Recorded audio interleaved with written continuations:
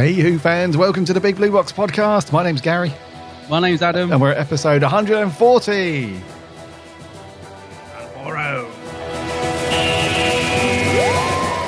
One day, I shall come back. Oh dear, we are in trouble, aren't we?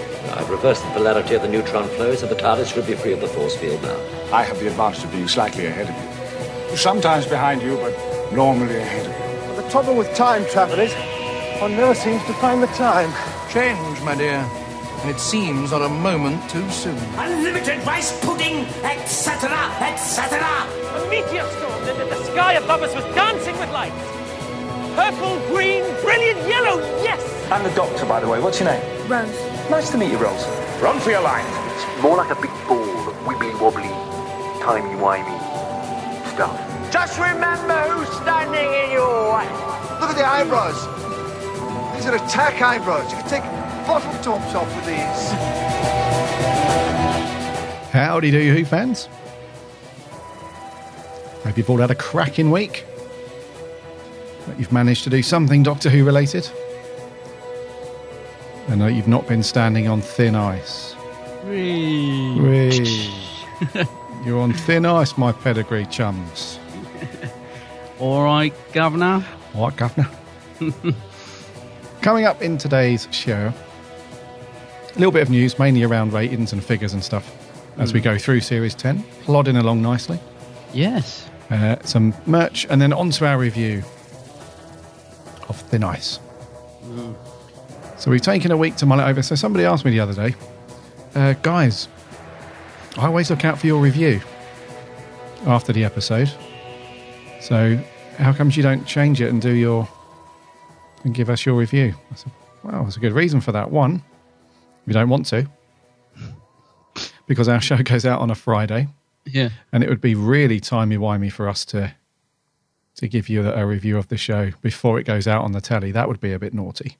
That'd be crazy. But naughty, yeah. And second of all, it does give us a chance to watch it a few times. I think the episode that went out before the pilot, I think I mentioned that sometimes it's very easy to, once you've seen an episode fresh, when it's gone out, it's very easy to jump online or whatever and go, oh, it was this or it was that. Yeah. Because you're in the moment, I think if you just leave it a few days, watch it a few times, and then you give a bit more of a level, review. So you've let the dust settle, you've taken it in, you've watched it a few times, and now you can go through it. And also, Adam's never here to watch them. No. So that's another thing as well. I was thinking, because we used to, was it Series 8 or Series 9? Because we did have, we did used to get previews of the episodes, didn't we? About a week before they went out. Mm-hmm. Do you remember? It was at BBC Previews, and I forget if it was Series 8 or 9 now. And it was a bit of a double-edged sword, that, because I think, if you agree with me, that when we first got that, it was very exciting to get the episode before it was on TV. So we're like, oh, I've seen it already. But I'm also, like you just said, not very good at keeping my reactions under wraps. So I was like desperate to talk about them as soon as I watched them. And also, I don't know why, but very often my opinion would change a lot from our preview watch to actually watching it on the TV for whatever reason. So, for example, must have been Series 9 then, because I remember Heaven Sent. I really didn't like that. That's the one with the Doctor on his own, isn't it? Yes. I really remember watching the preview of that about a week before it went out and thinking, I just don't get this episode. This is just boring. It's going round in a loop. Then sort of thinking that was going to be my opinion of it. And then we watch it again when it goes out, and I was just like, it's like watching a totally different episode, and I don't know why. So sometimes it is good, like you said, to let it all sink in over the week. And I think I said last week, I always like to give an episode at least 2 watches before we go into the review. Yeah. Just to see, because quite often your opinion can change. Sometimes you love something on a first watch, and then on a second watch it can fall apart, and vice versa. So yeah, Absolutely. It's good to let it sink in. Unfortunately, this week, yes, I have only seen Thin Ice once. I got to watch it last night because I've been swanning around Paris with my flowing Doctor Who Fourth Doctor scarf. Oh, I saw your pic, actually. You found the doors, didn't you? Yeah. Yes, I did. Scaroff's Chateau, or Scarleone's Chateau. Yes, I did. And for anyone that listened to last week's podcast where I was saying what a nightmare, I was actually joking, saying, "Oh, I bet it would be a nightmare trying to get a picture with no one in the background." I couldn't have been more right. If you look on Google Earth, it looks like a nice little back street. It's a bit off the beaten track in Paris. So I was like, yeah, hopefully it'll be a quiet street. That's probably why they chose it as a location. It could not have been busier. It was an absolute nightmare. And I was just stressing out my box. I was trying to film, and I was trying to get like the picture, and it was almost impossible to get that picture with no one in it, because it's now, the actual building is now a big Chanel shop. Right. So it seems to, and they've got, as you look through the doors, those great big doors to the chateau, you've now got Chanel in great big like 4-foot letters right in the middle of it. Excellent. So people are all stood having their pictures there, and there's loads of people going in the shop, and it was an absolute nightmare. And I don't know how my partner did it. Well, basically what I had to do was he just kept taking. I said to him, just keep taking, and we'll salvage it somehow. And yeah, I managed to get one with like one person in the corner, so I slightly cropped them out of the picture. So I just about managed it, but it couldn't have been busier. I mean, it was almost like it was almost laughable, because it was probably the busiest street we went down in Paris. I mean, we went all over Paris. You know, getting all the locations and filming them all and stuff. And and it was all going okay until we got to that street, which I thought was going to be nice and easy. But it was an unmitigated disaster. But I got the picture and I got the footage. And although I was really stressed at the time, because I was saying to my half, I was like, oh, God, the video, that was the main point of the video. And it's a nightmare. Looking back on it, actually, it makes the video a bit more interesting, because you can just see what a nightmare I'm in the middle of trying to film. So actually, a little bit of alteration, and it's managed to get that picture. So I was very pleased, and I don't know when I'll get the video edited, but I'm genuinely so excited about this video. Really, really excited, because I got pretty much everything I wanted to film. So I went around all the locations pretty much from City of Death. Got them all filmed, got little jokes and quotes in there and stuff. So I'm really, really pleased what I managed to get. Unfortunately, me and my partner are probably getting divorced now, because I think I completely ruined the holiday.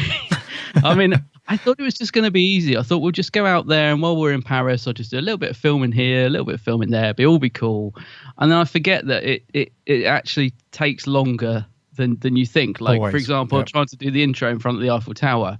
I had to do it about probably 10 times more, maybe, because they have loads of street sellers. Anyone who's ever been to Paris will know they have loads of people going around jangling their Eiffel Tower trinkets, and it's everywhere, isn't it? And you've got people that just come up to you and start drawing you, which is really weird. Have you ever had that? Yes. They just start drawing you. Yep. And then to sell the picture to you, and you're like, I don't want it, but they carry on anyway. So we were trying to do the intro, and we're just getting all these people coming up, and just total nightmare of interruptions. And it was quite a stressful little shoot, I have to be honest. But I'm so pleased with what I managed to get out there, mate. I don't know when I'll get the video edited, but I can't wait to actually get out there. I'm so chuffed with what I managed to film, but it was not. Yeah. It was not easy. I had to be honest, and it was quite stressful. I felt really bad, because I thought I was completely ruining our little trip away in Paris, but it all turned out good in the end. Nice one. You're looking forward to the video. The pic looks good though. You managed to nail the pose pretty well. The Tom Baker. The pose. Yeah, I just stood there for ages like that. I think anyone walking past would have just wondered what on earth was going on. Probably thought I was like one of those street people, the people that just stand and pose, and you expect to throw money at you. Like the guys who sit on they look like they're levitating, don't they? Like the street artists. They probably thought I was one of those. So I just stood for ages doing that Tom Baker pose. But no one threw any money at me, so obviously it wasn't very good. So obviously. But it was cool, mate. It was good. I mean, it was as I said, it was all good in the end, and very pleased with what I got. But of course, it did mean I didn't get to watch Doctor Who. But do you know what the crime of it is? We actually, in our hotel room, had a television that had BBC One. Oh no! And you still didn't watch it? Well, because I'd already kind of taken over the holiday. I felt a little. We'd done the filming on the first day, and I was aware that Doctor Who was on in about a couple of hours. But because, as I said, I'd already dominated the holiday, I didn't like to say, can we go back to the hotel now so I can watch Doctor Who? Because, you know, of all the sort of stress of the filming in front of the off tower on the first day, I was like, that's it. We don't have to worry about any more filming today. Let's just relax. And we'll go and have a nice meal and chill out and stuff. And we took a nice walk along the Champs-Élysées and all that. So it's all lovely. But the whole time, I was thinking, Doctor Who's on and I could actually be watching it. But I didn't want to say because I'd already taken up enough of the holiday of my stuff. So no, I didn't get to see it. But again, a little bit of me was dying inside knowing it was going out. And they're an hour ahead as well. So it was 8 o'clock out there that it would have been going out. So yeah, but no, I didn't get to see it there. But I did watch it last night. And I'm looking forward to getting into a review of it, actually. I was good to see so much positivity for it as well, because I did check in on Twitter afterwards just to see what the overall reaction was, and I'd scheduled a few posts on the Facebook and stuff just to get feelers out there, and I could see a lot of positivity for it, which was nice to see. So yeah, I was very much looking forward to getting back and watching it last night. Good stuff. Good. Yeah, looking forward to seeing what you thought of it later. Indeedy. Yeah. But you did let yourself down a little bit there, mate. Why? You should have. What would have been perfect is around sort of 4 or 5 o'clock. Oh, is it you? My stomach's feeling a bit iffy, mate. I wouldn't have got away with that. It is a little bit. And then just plant the seed early. And then it gets to sort of 7 o'clock. Oh, my stomach. I know we've just eaten, but oh, crikey, I think I need to lie down. Back in a hotel room. Oh, they got BBC One.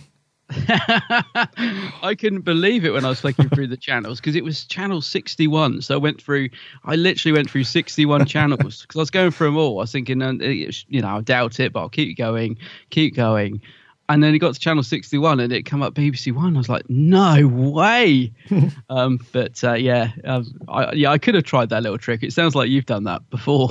Well, you've got to plant the seed. You can't just out of the blue, just like, oh man, I'm feeling, I've got to go and lie down in front of the telly. This is, I think after the stressful filming in front of the hotel, I think if I'd have dared mention Doctor Who after that, I think I would now be floating at the bottom of the Champs-Élysées river. I honestly don't think I dared mention Doctor Who again after the hijacking the entire morning. But no, it's cool, mate. It's all good. But so that's what I've been up to. I've just been swanning around Paris and wearing my Doctor Who scarf. It felt, I don't know if this sounds weird, but it felt really cool. Like I felt like I was the Doctor, just wearing the scarf and swanning around these locations like where I knew Tom had been. Yeah, I loved it. I was a bit in my own little world for a lot of it, which will probably come through in the video. Yeah, I have a little badge on as well. My little badge with the painter's easel, that Tom wears. I took that out with me. It's really fun actually, because all that posing I did in front of that the chateau, and you can't even see the badge because of the angle I'm at. Right. Yeah. I was like, to get all the way out there for that photo, you can't even see it. But I know it's there.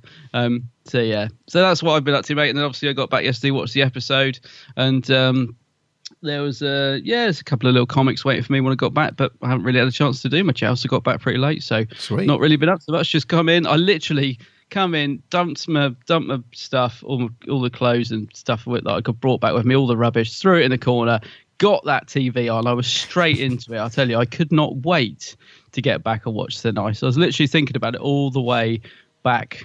I just couldn't wait to go and watch it, which is great actually, because you were saying earlier we're rolling along nicely now into series 10, aren't we? We're 3 episodes in, and it's a really, I don't know about you, but I've got this lovely glow around this series. I've got a nice buzz. I actually really look forward to watching it every week again. And I know I said this before, but that had slightly waned. I hate to say it, but that had slightly waned. I hadn't quite got the excitement for series 9. But this series, I couldn't wait to get it on. Couldn't wait to see it. So, yeah, looking forward to chatting through with you on that one later. Indeedy. I would say it's probably a good time to land the TARDIS and go through some news.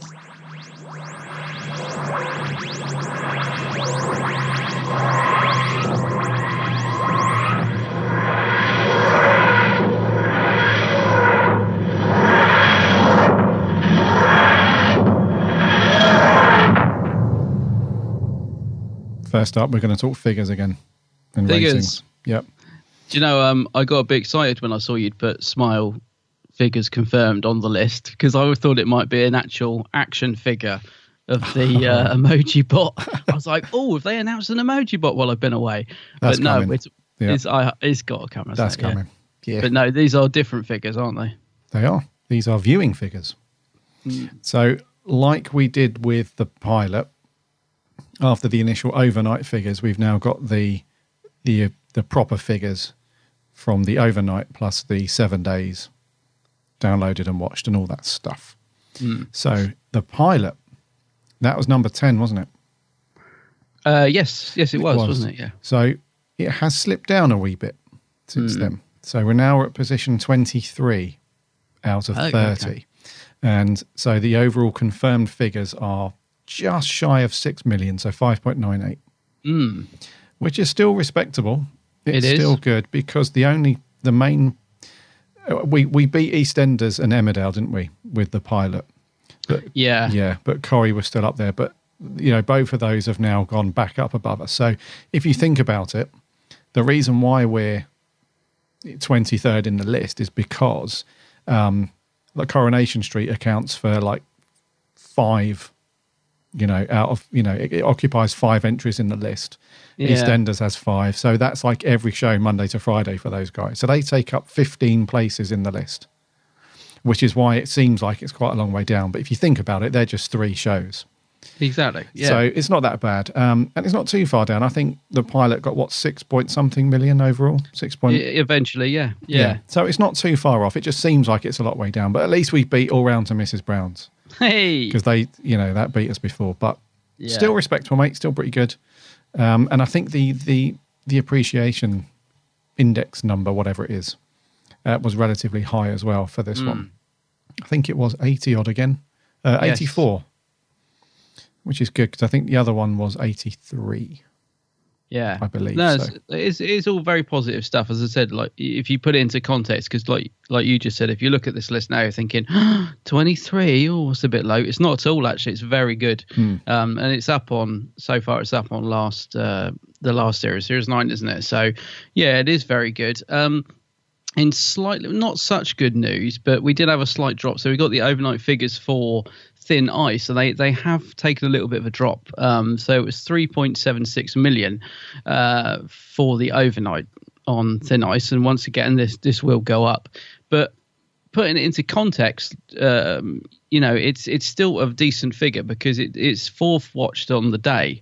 Yes. So it's still very good. It sounds quite low, like you said, when you put it into comparison to something like Britain's Got Talent, which got 8.27 million on the day. So yeah, it's a bit lower, and it is a bit of a drop, which is a shame. But it's but again, it will go up. And in terms of the overall picture, Doctor Who's still doing very, very respectably. Indeed, I think it's the way to put it. So yes, and before we go any further, I must apologise. A bunch of people have turned up outside my house with really loud chainsaws, it sounds like. So apologies if you can hear that through my mic. Anyways. I thought that was here, because bizarrely, you don't think they've come for us, do you? Because bizarrely, there are a load of chainsaws in the house across the road from me. Like literally, it's sort of next door, really. So I don't know why everyone's coming at us with chainsaws this morning, but that's worrying.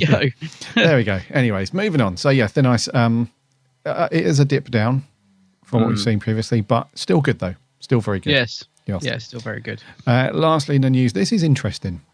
This one was cool. So this Saturday, when Knock Knock goes out, the BBC are going to put a special audio edition out on iPlayer straight afterwards, and it's called a binaural edition. Now, I've not heard of this before, but it sounds very good. So, situation is thus. This is only on iPlayer. This is the show that goes out on BBC One. That's going to be the normal audio mix and everything. But so the BBC say that the binaural is a method of sound reproduction that is intended to replicate the way the human brain understands sound, to give the listener a natural an experience as possible. So it says, rather than using a series of speakers to reproduce the soundscape, this process records sounds using just 2 microphones separated by the width of a human head. So when listening through headphones, the effect is to replicate the sound going into each ear giving the listener the effect of actually being in the room where all the sound is recorded. How cool is that? That's very cool. I have never heard of this before. Me this either. method. I think it's a great idea. It's awesome, yeah. Yeah. So this is going to go out just on iPlayer at 8:10 on Saturday. And you have to, you can't just stick it on your TV and think, well, this is rubbish. You have to listen to it through headphones. That's the whole point. Because I can imagine loads of people putting the iPlayer app on their TV, whatever, and it's like, this sounds dreadful. So it's going to be an iPad or a laptop job. Or if you've got some fancy headphones for your TV, that'll work. But this sounds really cool. Really going to check this one out. It's a really good idea, isn't it? How nice to have something different for an episode as well. I'm very surprised they're putting it on the iPlayer, and it is on the BBC iPlayer. Yeah. I was going to say I'm surprised it's not on the iPlayer iTunes, but I think that's a really good idea. I'm not much of a fan of the BBC store because of the way they operate it, but I think I might give that a go. It sounds really cool. Mm-hmm. Yeah. Yes, and they've got a sort of test clip, if you like, on their Doctor Who website. If you go to bbc.co.uk/blogs/Doctor Who, you'll see it on there. It's called Enjoy Doctor Who with Immersive 3D Sound, and you'll be able to see a little bit of a write-up on there and a test clip. So if you've got headphones, you can listen to it there. But it's all very cool. It is, especially as this week's episode looks really creepy. And I can imagine if you were listening to it as if you're in the room, that could be quite effective. I think I might give that a download. Actually, I'm quite intrigued by it. Yes, we shall indulge. Yeah, and we'll let you guys know next week what our verdict is on that. But it could be something very cool to watch, as a good excuse, if you like, to watch it a second time. So when it's gone out on the TV, that's your first viewing, and then. Should we go and do something? No, because viewing number 2 is coming up now, love. So I need my iPad and my headphones. So there we go. Yeah, I'm loving the look of the creature or whatever this thing is for next week. Like the picture that goes with this article, it's that sort of wooden, slightly Weeping Angel-ish style creature that's in this week's episode that's creeping around this door or whatever. I'm very excited, actually, for this week's. This is the David Suchet episode, isn't it? It is. Yeah, very excited for this week. So yeah, that's a very, very nice little surprise from the BBC there. Look forward to that. Indeedy. Talking of surprises, surprise! Should we get our metal friend in? Who's going to surprise us with some merch? Has he got some? Has he? Go on then, bring him in. Merch corner. Merch corner. Merch corner. I don't know whether to be impressed or disgusted. It's a bit rubbish, but it's pretty. It's very pretty. Right, so first up in the merch, Matthew Waterhouse or Adric fans, there is a new DVD out of Matthew Waterhouse. Christ, here we go. Being interviewed, yeah. Here we go. What's this about then? Well, this is from Myth Makers, who have been around for a long time, actually, producing Doctor Who. What would you call it? I suppose unofficial or interview DVDs and convention DVDs over the years. They've been around for a long, long time. Okay. And they seem to have a bit of a resurgence lately. So they started reissuing a lot of the classics. There's a brilliant one of Tom Baker walking around the Android Invasion location chatting to Nick Briggs, which they recently reissued with some extras and stuff. I mean, the quality of the DVDs is watchable. I wouldn't say it's because obviously they were sort of independently made, so don't go into it expecting any sort of HD picture or anything like that. I mean, even this one, funnily enough, this arrived last week. I've actually got this, so this is a new one. So they've been reissuing all the back catalogue slowly, sort of remastered with extras, and they've also started to do a couple of new DVDs, and this is one of them. So the quality, I would say, sort of fits in with the rest. I was slightly surprised. I thought because it had been newly filmed, it might be a bit clearer in terms of picture quality, but it's as if they're still using the same slightly fuzzy, I would say, camera. Well, you say but on their website, it says resolution high definition. Really? Is that a bit of an over? Are they reaching a bit far there? Well, one of the first things that struck me when I put the DVD in was, quality's still not very good from these guys. In terms of the picture, I mean, it's watchable. It's a bit like, I would say it's sort of YouTube quality. Do you know what I mean? It's just a little bit, it's not very sharp. Don't know, maybe it's my TV. Maybe it's because my TV's stretching, because I do have my TV set to widescreen, which does stretch the picture. Maybe it's my TV, but yeah. Well, here's the problem. Sorry, mate, before you get on to your sort of more general view on these, but they've kind of, so the fact that it's released on just a DVD would suggest that it couldn't be in HD anyway. Oh, right, okay. Because DVD is standard definition, isn't it? So yeah. Just bear that in mind. Like Adam says, it's probably going to be it's like YouTube at 480p, it sounds like to me. I was going to say, I've got a friend who's sort of really good at these sort of things, and I was sort of wishing he was watching, because he's a massive Doctor Who fan as well. And I was thinking, I really wish Johnny was sat next to me watching this, because I could turn to him and say, why is this so grainy when it's a new production? And he'd be able to say, well, they've obviously used a so-and-so camera, haven't they? It's filmed in blah, blah, blah. Mm-hmm. And, because I kept thinking all the way through, it's perfectly watchable. Sound is good. And it is quite an interesting interview with him, to be honest, because Matthew Waterhouse is quite honest, to be honest with you, when being interviewed. He doesn't really shy away from saying what he means. So in that sense, he's quite candid when asked about things. So it's a fairly good interview with him. I mean, the interviewer who's talking to him does sort of ask him about, like, did this really happen? What was Tom and Lala like? Was it awkward being around them when they were going through their, sort of divorce or not getting on? And Matthew's quite honest. So it does make for an interesting watch. The only thing I would say is it's quite long. So I did watch it in 2 halves. So not necessarily a bad thing, because you're getting more for your money. But I did find it got an hour in, and I was thinking, okay, this has been good, but I think I'll watch the rest later. And then it was about another 45 minutes. So it's quite a long interview with him. And there's a few extras on there. The thing that appealed to me was that it's filmed at the location of Black Orchid. They've taken him back to Buckhurst Park or something like that. Oh, okay. Yeah. So that's quite nice. He gets to walk around and say, this is where Nyssa and Tegan were, dancing in the rain, pretending they were having a nice time. So it's quite nice to see him walking around that location. And he goes back to the cricket pitch and talks about how Peter was slightly annoyed that he said that he wasn't a very good cricketer in his book, when actually Peter considers himself to be a good cricketer. So it's quite interesting.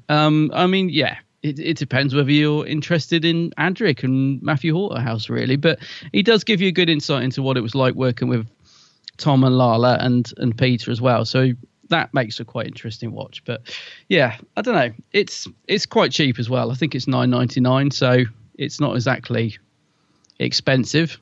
So yeah. No, I think yes, I would probably say that you can buy it from Vimeo on demand as well. Oh, okay. Vimeo, so you can rent it for £3, or you can buy it for £6. And I believe that it's in HD. It is actually in HD if you watch it online. Right. Okay. Yeah. I mean, they filmed it in HD. They did. The DVD itself is like those when you buy a DVDs to produce yourself, they got like the bluey, the disc is kind of blue when you turn it over. Do you know what I mean? Like if you buy a pack of DVD-Rs. Yes. It looks like one of them. Yes, I can see. I mean, the reason I think, just to summarise it, I think the reason why it's in DVD and they're not going to sell it as a physical format in HD is because it's quite expensive to put it out on a Blu-ray. Right. Well, more expensive anyway. So it's quite cheap and cheerful, isn't it, on a DVD? But they can put it in HD online. So that's why it says high definition on their website. Gotcha. So if you stream it or buy it digitally, it will be in HD. And I can see the camera that they use. If you go to the Time Travel TV website, they've got a few behind the scenes snaps as well, and I can see the camera, and it's absolutely HD. It's a quite a decent camera and stuff. So yes. So would you recommend this as more of a person who's a fan of Adric and of that particular story, or is it just for any Who fan? It would be. I would say if you're interested in not necessarily Adric, but if you're interested in that era of the show, because he talks a lot about the stories that he was in rather than Adric himself. So he talks a lot about, what was going on behind the scenes in J&T and all that sort of stuff. So if you're a fan of the era that Adric's in, I think it's quite an interesting little watch. And as I say, don't get me wrong, the quality is perfectly watchable. There's nothing wrong with it. It's just because it's a new production, I expected it to be very crystal clear, and I wouldn't say it's crystal clear on the DVD. It's just watchable. Do you know what I mean? Because I knew it was a new production. I was expecting it to be like sharp, and the picture's just a bit fuzzy. Right. But it's perfectly watchable. And yeah. As I said, if you're a fan of that era, then give it a go. It's only $9.99 or cheaper for the download. So yeah. I'm watching a trailer as we speak. Are you? And the quality is very nice, actually. Okay. Online. I'll have to have a look. So, Mythmakers. There we go. There it is. Next up, any young listeners or any listeners with kids that want to get them into electronics and so on at a young age, you would have remembered a few episodes back now we mentioned something called the BBC microbit, and the microbit thing from the BBC is essentially a way of getting young people into things like technology, basically. So computers and coding and electronics and stuff like that. And they did a coding one with Capaldi online a few weeks back now, which apparently went down very well. And they've got a new sort of more physical thing this time. So you can build your own sonic screwdriver, which looks very cool. So when I first looked at this, I thought, well, that's rather easy, because it looks just like, a bit of card or even paper almost that you just print out, and it's like a flat plan of a box, really, a rectangle, and you cut it out, you stick it together, and there's a Sonic. And I thought, well, that's rather easy. We could all do that. However, it does come with a cool little circuit board and batteries and cables and stuff, and you attach this to the Sonic on the side, and it sort of lights up and gives you a different pattern, different colors, different lights. And again, at first I thought, well, that's rather simple. It's quite easy to do. But then I thought, well, no, let's look at the age group that it's aimed at. And if you think about a young, a young girl or a young boy, whatever, and they're only about 6 or 7, maybe 8, whatever it is, how cool would it be to make your own sonic screwdriver that actually lights up as well? So I thought, if I just sort of transform myself back into a wee lad, this would be amazing, because when we didn't have this kind of thing when we were younger. So it's a really, really cool one. You can order it from where are we? The microbit. If you go to the URL is really long, but essentially, if you just do a search for BBC microbit sonic screwdriver, you're bound to find it. But I'll put a link in the show notes as well. But one thing that I noticed on there as well is they've got this thing called Doctor Who Sonic Anything. Oh, right. And that, again, it comes with like a little tiny circuit board and some a little battery pack and the little cables and stuff that you need, and you plug the cables in the certain bits on the board and stuff. But essentially, you can turn anything into a sonic device. So you've got like the little circuit board with the lights and the sound, and you can put it on your toothbrush or your sunglasses, or a glove. You've got a little sonic glove and stuff. So it's really cool for youngsters who want to play with stuff, but in a way to get them into it that isn't boring. So if you just said to them, here's a little circuit board and some cables, go play, they'd probably be like, whatever, where's my games console? But because it's Doctor Who related and, these things are Doctor Who themed, it's very, it's a great way to get youngsters into that stuff. So fair play to the BBC for this whole microbit thing. It is very cool. And the online coding lessons that they did a couple of weeks back are apparently very good as well. So we'll stick links to this stuff in the show notes.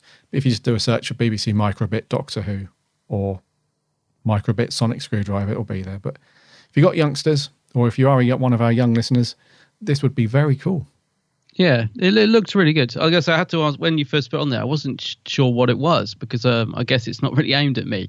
But now you've explained it, like you said. Yeah, it's nice. Nice sort of thing. Yeah. Fair play, the Beeb. Fair play. Indeed. Right, it's going to do for merch. Mm-hmm. We're going to ice skate our way into our review, which is, Adam. Well, it is, of course, Thin Ice. Traveling to the past, there's got to be rules. If I step on a butterfly, it could send ripples through time. Regency England. A bit more black than they show in the movies. Are there side effects to time travel? Sometimes you see lights under the ice.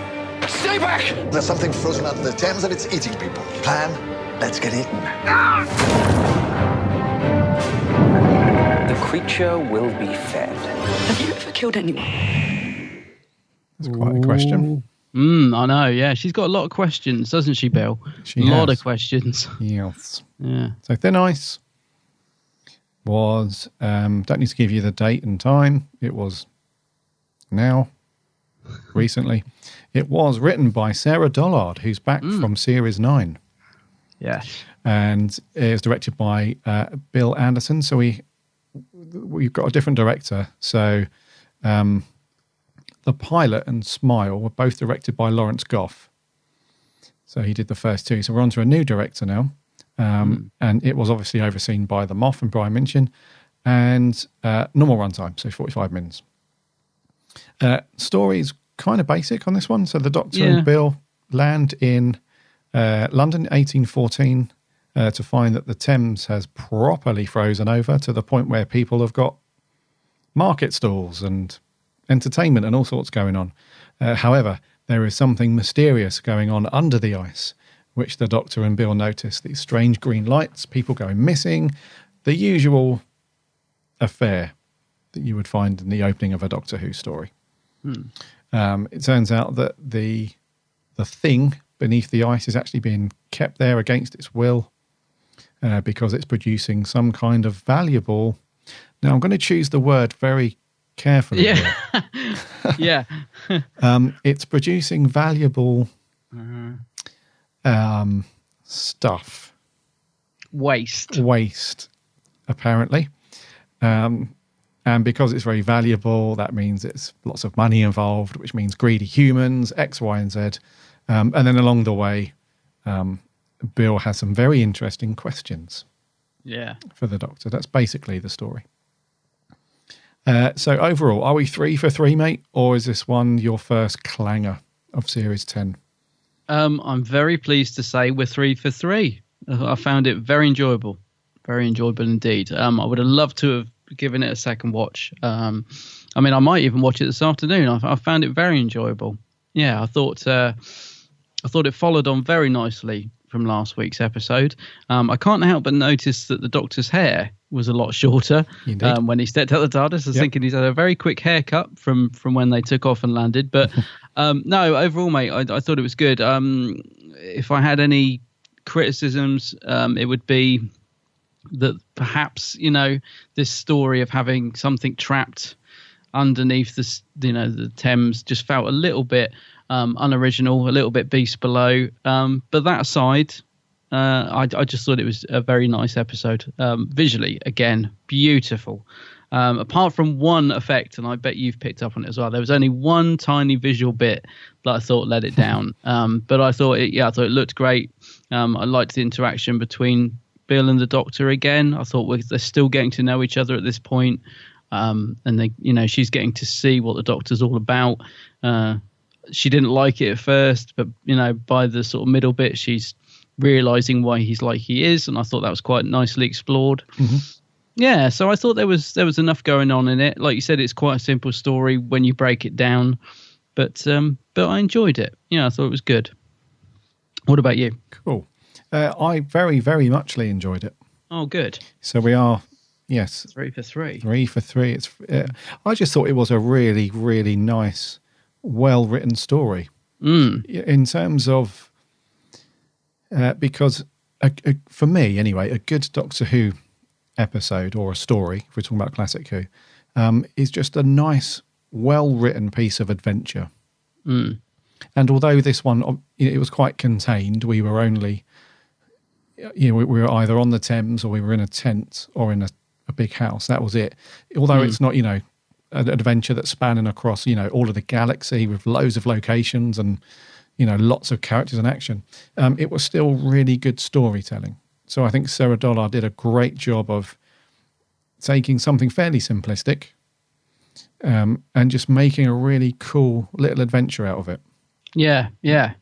which it's just, I guess what I'm trying to say is it's great just to sometimes not have to rely on traveling crazy through time and space and loads of characters. It's just nice just to be lost in a story that's all about, this very simple idea of, well, two simple ideas in this one, I guess. It's the poor creature, the big thing that's trapped under the Thames, the whole thing about him being kept there against its will and all that stuff, and being fed, essentially being fed humans. And the second thing is that continued character integration, of Bill being firmly planted into the TARDIS team, as we call it, and really sort of progressing that relationship with the Doctor and finding out more about him, and as a result of that, finding out more about Bill. So I've just really enjoyed watching it. Didn't reach my phone at all. I just glued from start to finish. It was just great. And the performances as well. I think we are coming on. I think if we get another few episodes in and this continues, I would say this is probably going to go down as, dare I say it, some of the best TARDIS team stuff that we've had since 2005. I would say. I'm thinking this is, so far, like you said, Touchwood, if we carry on like this, it's up there with series 1 in terms of the Doctor companion relationship, and also my other favorite, the Donna Noble. It's again, it feels like that sort of era again. It did also. Did you think it felt a bit quite sort of old school? It sort of the episode just, it took its time. It set out what was going on. It didn't wasn't sort of fast paced, cut. It wasn't trying to be anything other than just, like you said, just a story. I'm not saying it's slow. I just felt it nicely took its time to get going and just map out what was actually happening, and it just flowed really nicely, I thought. It definitely had a classic Who feel to it. I thought so. Yeah, absolutely, yeah. Because back with probably for the majority of the classic Who years, they didn't have the luxury of, amazing special effects and loads of locations and all that stuff. They had to rely on good storytelling and good scripts, and the performances coming through to carry those stories, because they just didn't have the time and budget, did they, to bring them to life as much as they like. So exactly, because this one unintentionally had that feel, where they didn't have to go to, tons of locations and use lots of special effects. I think we only saw a handful of effects in this one. Just mainly the fish, wasn't it? It's just mainly the fish, the elephant underwater. At the beginning. Maybe. Oh, the elephant, yeah, which looked good. Yeah. And maybe just some atmospheric stuff. So it was quite misty and foggy in places, and some of the backgrounds you could tell that a lot of it was a set, but beyond that they had to green screen some of the wider location shots in and stuff. But I was trying to work out what was set and what was real, and which is a good thing, actually, because so was the bridge and all that a set, or was that a real location? I think that was a set, the bridge. I couldn't work it out, because I kept thinking it's if it's a set, it's very good, but I think it was a set. Yeah, I mean, the production values I thought were excellent on it, like the costumes as well that you mentioned. It just looked brilliant. It just, like you said, it felt a bit old school. It felt a bit classic. I sort of feel like in this series so far, so we're 3 episodes in, but I feel like A, Peter Capaldi has found his feet, and I think B, the show itself has found its feet again, because it's, as I said, it wasn't rushing, it wasn't trying to be anything other than just this mysterious show with the Doctor and Bill in the middle of it, solving what was going on. And I just thought, we're kind of real back to, back on track with it. I felt back on track with the show. Yeah. Well, 3 for 3. Yeah. I know. I'm really like, I'm just so, I think you said it, almost relieved. I'm almost like, because we did have reservations about the series for lots of reasons. And also because it's the series that the Moff didn't plan to do. We did kind of wonder if his heart was really in it, but maybe just having to have a step back's been good for him. Maybe he's just kind of let go of the reins a little and stopped trying to do all this crazy stuff he had in his head, and maybe he's just maybe he's just letting it flow a bit more, this series, because it certainly feels like it. It does. And talking about the sort of feel of the episode and so on, let's talk about how it looked and direction and stuff like that. So, again, for me, I think we've gone. We'll come on to your view that you had about something that was a bit. There's only one bit, yeah. But I feel that we've taken another step up in production. I'm sure we mentioned this in the pilot, but we've taken another step up from the last series in terms of just how stunning these episodes are looking. Yep. So the pilot and Smile just look fantastic. It's going to be it's going to be great to have this on Blu-ray. Yes, I know. I keep series. thinking I can't wait to own it already, which is a good thing. Yeah. But it also, I don't know. It feels like, we've mentioned this saying a few times on the show about other things. We sometimes say that the stars have aligned. It almost feels like for this particular series, and maybe you can identify this with certain series back in the classic years, but you just have these. Well, so far we've been fortunate with 3 episodes in, but all 3 of them seem to have this thing where the Moff is just on fire with his ideas for this series, both with the Doctor himself and Bill and the overall story and so on. Whoever's doing the cinematography and all that stuff is just nailing it. Yeah. The editing is just great. Murray Gold, he's like changing direction from what we've seen from or heard from him before. Which is amazing. So it just feels like everything is just falling into place brilliantly for this series. It's almost like the Moff has said, look, I'm going out on this one. I don't want any mucking about. So before I made compromises for that, I'm not doing it this time. I want it to be this way. I want it to be that way. And we're going to do it this way. And you can definitely see that I assume it's the Moff, whoever's running the show, whether it's him or people alongside him, they've said, right, we want this guy to do that because it's really good. We want that guy to do that because he's done great work. So I don't know. It just feels like everything's come together. Yeah, it does. I mean, it's just this whole style of this series so far has been stunning. The bit I mentioned, I said there was one bit where I thought the effect looked a bit dodgy, was when what's his name? Who's the guy that the Doctor punches? Sutcliffe, is it? Sutcliffe, yep. Yeah, when the ice cracked and he sort of fell into it, that looked a bit dodgy. But that is such a minor thing. The rest of the episode just looked great. Oh, I remember that now. Yes. Yeah. That's the only bit where I thought the visuals looked slightly dodgy. Oh, okay. Because I think they sort of stay on it just a fraction too long. It's enough to make you think, that don't look very good. But God, that's just such a minor criticism in what is an otherwise visually great episode. From the costumes to the CGI. I would have liked to have seen a little bit more of the big guy under the water, the big fish, because we do sort of see it, don't we, at the end when he's like swimming off, and we get to see his big old eye and all that, and we do get to see a bit of him, but we don't really get a whole visual of that one. Yeah. But the little fish, when the Doctor gets one and then he's holding it. Oh yeah, that looks great. I don't know what I mean. I'm assuming that is a visual prop. That wasn't a. He's holding. He's actually holding that thing, isn't he? Yes. That's been made, but it looked good. I thought I like the design of it, and it looked like a proper thing. I hear it. Yeah. I know what's going on. They should bring a prop out of that, and we can put it on the shelf. I don't know if I'd want that on the side. It'd be funny to have it floating in a tank. But no, I just again, like you said, whoever's doing the design work on this, and actually, you've really hit on something there. Now you've made me think, because whoever's in charge of design working on this is really doing a good job. Because I remember saying when we were watching The Husbands of Riversong, how had the designers given up? Do you remember me saying remember the UFO spaceship and how awful that looked? It just like a kid of 2 could have drawn it. Yeah. And then you had that terrible thing floating through space in that episode. Like the whole production and design just in that Christmas special was atrocious. It was as if nobody cared. It was a joke. So it seems like we've got back to there being a bit of love injected into the series. I feel, yeah. So I think you've hit on something there, mate. Whoever's in charge of this look and style of this series is doing a very good job. Really cool. So visually looks stunning. The editing I thought was quite nice as well. It wasn't.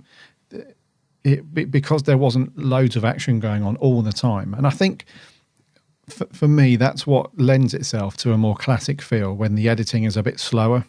Yeah. It does slow down a bit. But I think in this one it was quite welcome because, and this leads me on something else as well. So in this we had, the editing is a bit slower because there are some key conversations that are happening between the Doctor and Bill, and when they find the homeless kids, and yeah, so it does slow down a bit.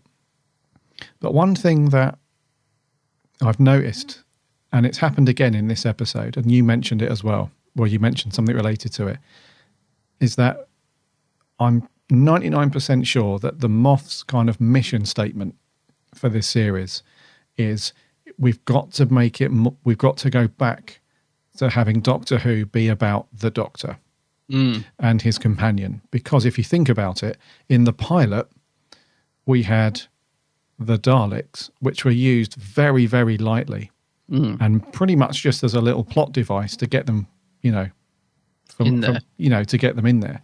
Whereas the majority of that episode was about the Doctor and Bill. Yeah. Rightly so. And then with Smile, we only have, quite a... Although the emoji robots were in it throughout, the actual time that they're in each scene was very short. And we only had the humans come into the story right at the last, towards the end. The bulk of the story in the episode was all about the Doctor and Bill. And then with this one, like you said, the big guy underneath the Thames, he's only in it for a couple of scenes. Yeah. The rest of the story is, again, all focused on the Doctor and Bill. So it's really good to see, to lose some of the baggage sometimes, which I think, I don't want to take anything away from previous series of Who, but especially series 7 and 8. Series 7 and 9, I would say, because the Moth piled on so much baggage and so much story arc that it sort of collapses under its own weight sometimes, and it comes away from being about the Doctor sometimes, and it becomes more about some other faff that he's thrown in there and so on, like River Songs, banging on about something, or whatever it might be. Whereas this, with Series 10, I'm loving the fact that we've gone back to, it almost feels like the Tom Baker years, where it's almost like the Doctor's doing his thing, quite, quite intent, with everything he's doing. There's no messing around. He's quite strong and he's doing what he's doing, and the companion's there, and it's all about those guys doing their thing. Yeah. We don't have this. Well, I guess it's a combination of, the Pertwee years and the Tom Baker years for me, because we feel like the Doctor's not trapped, but he's made some sort of promise or oath to stay on Earth in a similar way that Pertwee was confined to Earth, wasn't he? Yeah, that's right. But then we have this Tom Baker style. It doesn't matter if it was Sarah Jane or whoever. It was always about the Doctor and the companion going off and doing stuff. And I feel like that's what we have here in Series 10. They've stripped away some of all that baggage. Yeah. And, it's evident again in this episode. Yeah, definitely. Yeah, it reminds me a bit of the McCoy era, actually, with just like the Doctor and companion. And there's a little bit of Ace, I think, in Bill's character. She's feisty. She's willing to stand up for what she thinks is right, and she's willing to challenge the Doctor on whether what he's doing is right. So I see a little bit of Ace in Bill. Absolutely. But I tell you, I just think we've gone back to there's fun in this series, and I think a lot of the humour in Series 9 fell completely flat for me personally. Like I'm thinking of all the Ashilda. There was, do you remember that episode with the lion guy, whatever that was? I mean, I just found that diabolical. Yeah. I mean, and there was bits in that was supposed to be funny, and I was just sat there thinking, this is dire. This is not fun. But whereas I feel this series, we've definitely, well, in my personal opinion, we've definitely got the fun back. I do sit there with a grin on my face, and the humour does make me laugh. It's not forced, like the bit with the pie, where the Doctor nicks the pie and he comes flying out of and he's got it all the time, and just little bits like that, which I just find fun. So and Nardole coming in at the end, I'm loving Nardole. I know we've only had a tiny bit of Nardole so far in these 3 episodes, but I'm loving him in it. I am genuinely loving him in it. Like I knew he was going to come in at the end with the tray of tea. I knew that's how they were going to bring that full circle. And I'm so glad they did, because it was brilliant the way he's like, well, what have you been doing? And questioning the doctor, and again, some lovely lines of dialogue, like the doctor saying, yes, I'm wearing my drinking tea clothes. What are you going to do about it? And all that. The fun factor is just back in Doctor Who for me. And I can see from Twitter and Facebook and the comments we got in that, that a lot of people are feeling the same. And that's just a great feeling. Yeah, absolutely, mate. It's great. Yeah. And you can definitely tell when an episode is like that, because it seems to just fly past and you haven't reached for your phone to check Twitter or Instagram or anything. You're just enjoying the show because it is fun. It's a great watch. It's fun to watch. It was fun. Yeah, it was fun. And also, but it's like when she was talking about the doctor, like when she's not sure about him, the scene where the doctor's reading the story to the kids and then the little girl's saying, have you had an argument? And she's looking at the doctor and she's not sure, is she, whether she's not sure if she likes what she's been told about him. And yes. And then she gives him the little cheeky, sticks her tongue out, and you think, okay, they're all good. They've got that out the way now. And it's just little scenes like that, which are just bonding them as characters, has been sorely missing for a while. And it's really great to have that back in the show, I think. Absolutely. I couldn't agree more, mate. It's really that little scene as well that you mentioned. If you can imagine how that would have been written if that was Rose or Clara, we would have had a big hissy fit. Yeah. Do you know what I mean? It would have been loads of attitude and everything. It's like, it doesn't need to be, it doesn't need to be rosed or Clara'd. It just needs to be. Well, I think it was done really well, just with how it, like you mentioned, where she just looks around, pokes her tongue out. There's not these big mood going on. There's no big grudges. It's just get on with it. It just says it all, and it's something we might do as well. If we've had an argument, you think you've got it all off your chest, and you look at your other half and just like, you're still trying to pretend to be angry, but you can't, so you just go, it's the sort of thing we do. And again, it just makes you think. It's relatable, isn't it? It's relatable. You're there with the character thinking, well, that's what my other half would do or something. So in terms of that, it's just great. It is. Let's talk about, so the whole thing then with being back in London, Victorian times. Is it Victorian times? Yeah. No. 1814. Is that Victorian times? Oh, Dales, I'm terrible at these things. I think so. So the whole period, sort of look and feel. Being in London on the Thames, the whole Frost Fair thing. What do you think to that? Because I thought it was done really well with what they had, because I think there was a little video clip that went out, the BBC put it out on YouTube or something last week or the other day, where the Moth was saying that in terms of production values, in terms of like the cost of production and how they were going to do it, it was a potential nightmare, because he started reeling off everything that needed to be in the episode. So we had like the period costumes, we had an elephant, we had the Thames frozen over. How are we going to actually do this in budget sort of thing? So I think they did it really well, because we didn't have these huge wide shots of London or the Thames that they needed to account for. All we had was like little segments, didn't we? So we had the bits on the bridge, and then when they're actually on the Thames, they cleverly did it in a way that, because it was all frozen, it was quite foggy and misty, so they could, the depth of field only went a certain bit, and then they just masked off the rest with the fog and everything. So I quite like when Who does sort of history and like the period stuff. It can be done really well. One thing I wouldn't say though is that it wasn't historical per se. No, I wouldn't say so. Because I think there was a certain amount of truth in things like the Frost Fairs that used to happen on the Thames and all that stuff. It's fairly, and Sarah Dollard, she likes to do that stuff, doesn't she? It's clear that she likes because when we had the Trap Street, it's a lovely idea. That. Yeah, I mean, she definitely knows how to go back, a little way into history and pick out these cool little bits that you maybe hadn't read about before or seen. So I quite like the whole period thing in this. It's quite cool when Doctor Who goes back and does this. Yeah, I thought it did it well. It's funny because it didn't occur to me about the fact that we didn't really see much of the Thames, which is a good sign that they got it right, actually, because I totally just accepted in my head that that's where they were. They were on the Thames, and I hadn't even sort of thought about the fact that we never really saw it. apart from that one little bit. So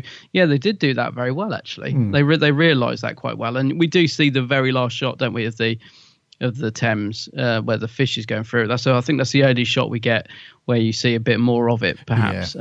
So yeah, they did. They kept it just nice and minimal, but enough to create that world. And like they show it on the map at the start, don't they? The TARDIS is saying danger, life form detected or whatever, but the Doctor's already out the TARDIS by that point. So yeah, they built that picture really nicely without having to resort to massive CGI to, we're on the Thames, it's 1814, they just did it in a nice small way, and it totally worked. It did. Yeah. And it was and they did have the whole, it felt like Oliver Twisty. It did a little bit. With the little kids pickpocketing people and, running off, and they're in their little shelter bit and stuff like that. So it did feel very, quite, in a way it felt historically accurate, but in another way it wasn't, a proper historical, because it, it wasn't like the Aztecs, that we'd seen with the first, that kind of thing. But, I did worry when the kids come on. First of all, I was thinking, they're not gonna get some dreadful child actors now, are we? Going to bring the episode down and be like, all right, Governor, penny for your foot. I thought, oh no, it's not gonna all go downhill, is it? But I don't know about you, mate, but I thought the kids in it were actually fairly decent, because we've talked before about how kid actors in Doctor Who sometimes bring an episode down, and I think last week you mentioned the kid in Smile was a bit ropey, but these guys, the two that we got to see most of, what were they called? Spider. Spider. So Spider was the little lad that nicked the Sonic from the Doctor at the beginning. He's the one that goes. He gets taken into the ice, doesn't he? No, that was harsh, wasn't it? And do you know what? I mean this, and I don't mean this. It's going to sound really horrible, but I'm glad they didn't bring him back. I'm not glad he was killed, but in terms of story, because I was so convinced that he was sort of going to pop up at the end and everything would be all right. And, it just showed the danger of the beast, if you know what I mean. I thought, no, poor old Spider's actually gone. That is it. Because I don't know, did you think that? I thought, we'll be back later. The Doctor's he's so going to save him or something, he won't be gone. But he actually was. He was, yeah. Yeah, and I like that, because it does bring us a darker edge to the episode, which it needs. It's so often in the Moffat era, they'll pop up at the end and, appear out of a bush or something alive and everyone's well. And I thought, it's good that we've gone back to that slightly darker tone. And also, didn't you think Capaldi's Doctor at that point was very Series 8? Not uncaring, but just accepting of, he's gone, there's nothing I could do, I need Masonic, very practically thinking. Yeah, there's no remorse there, really. It was just very... he says something like, I don't have time for remorse or something. Yeah, so it's very sort of clinical. There's no feeling there, really. Because that's what really gets Bill's back up, isn't it? Is that she's just like, what, you were just worried about your Sonic. A little kid has just died in front of your eyes, and she's really like furious about that, isn't she? As we would be in that situation. Yes. And the Doctor's just like, again, great performance from Capaldi. He's just like, well, look, I've seen, I have to just get on with things, because one life will save loads of lives. And, he's so practical at that point, and she just can't quite believe it. And I thought, this is very Series 8 Capaldi. Very Series 8 Doctor, I thought, which is good, because I think Capaldi suits that tougher Doctor. Yes, that's what some of the things that we like about Capaldi's Doctor, isn't it? Where he does have that alien side, I suppose. He's not, after all, he's not human. So, although he is quite emotionally attached to humans and does, seem like it in a lot of ways, he's still alien, isn't he? So he's still. And he says so, doesn't he? I've been around 2,000 years, I've just got kind of learned when I need to accept things and what I've got to do to move on. And she's, because I've just, he's basically saying I've been around the block and I've seen people die, and it's not my first time I've seen somebody die, and I just, not that he's learned to cope with it, but he just knows what he's got to do to get the job done. And she's just a bit shocked by that, isn't she? Yeah. But it's Capaldi handles that scene brilliantly, I thought. Oh, absolutely. Yeah. Yeah. And it's also, you have to sort of remind yourself as well that this is all new to Bill. Yeah. Because it feels like she's been around for not a long time. It feels it feels like she's been around for longer than just 3 episodes because she's so natural with it and she's so great. You know, sometimes you forget that everything that she's seeing is a first, you know, with the exception of inside the TARDIS.